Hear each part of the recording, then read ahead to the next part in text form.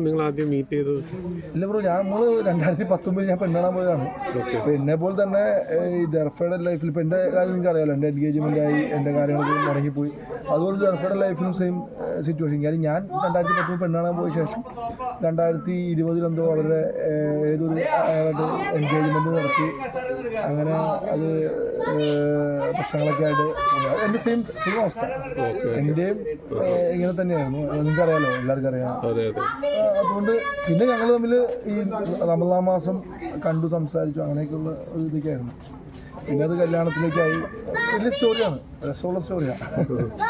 ഒരു മനുഷ്യൻ്റെ ഏറ്റവും അതെ കല്യാണം, ഹൗസ് വാമിംഗ് ഒക്കെയാണ്. ഇങ്ങനെയുള്ള കാര്യങ്ങൾ പുറത്ത് പറയാൻ പാടില്ല എന്ന് പറയും. ഈ നമ്മുടെ ലൈഫിൽ ഏറ്റവും കൂടുതൽ ഹാപ്പിനെസ് ഉണ്ടാകുന്ന കാര്യങ്ങൾ പബ്ലിക്കലി ഭയങ്കരമായിട്ട് സ്പ്രെഡ് ചെയ്യേണ്ടതെന്ന് പറയുന്നത്. കാര്യം ഈ കറുത്ത കണ്ണുകൾ എന്നൊരു സാധനം ഭയങ്കര നമ്മുടെ ലൈഫിൽ ഈ ഞാൻ വിശ്വസിക്കുന്നുണ്ട്. അത് കണ്ണേറ് കിട്ടുക എന്നൊക്കെ ഒരു അത് ഇങ്ങനെ പറയുന്നുണ്ടെങ്കിൽ പോലും അത് ചിലപ്പോൾ ഉണ്ടാവുന്ന കാര്യമാണ്. കാര്യം നല്ല കണ്ണുള്ള ആളുകളും മോശം അവൻ രക്ഷപ്പെടുക അങ്ങനെ പറയുന്ന ആൾക്കാരുണ്ട്. അപ്പോൾ നെഗറ്റീവ് എനർജി ഈ ലോകത്തുണ്ട്. പോസിറ്റീവ് എനർജി ഉണ്ടെങ്കിൽ പോലെ തന്നെ നെഗറ്റീവ് ഉണ്ട്. അപ്പോൾ നെഗറ്റീവ് ആക്കേണ്ട വെച്ചിട്ടാണ് ഞാനത് കൂടുതൽ. ഞാൻ എന്നെ ഇഷ്ടപ്പെടുന്ന കുറച്ച് ആൾക്കാരുടെ അടുത്ത് ഞാൻ ഈ കാര്യങ്ങളൊക്കെ എല്ലാം ഷെയർ ചെയ്യാറുണ്ട്.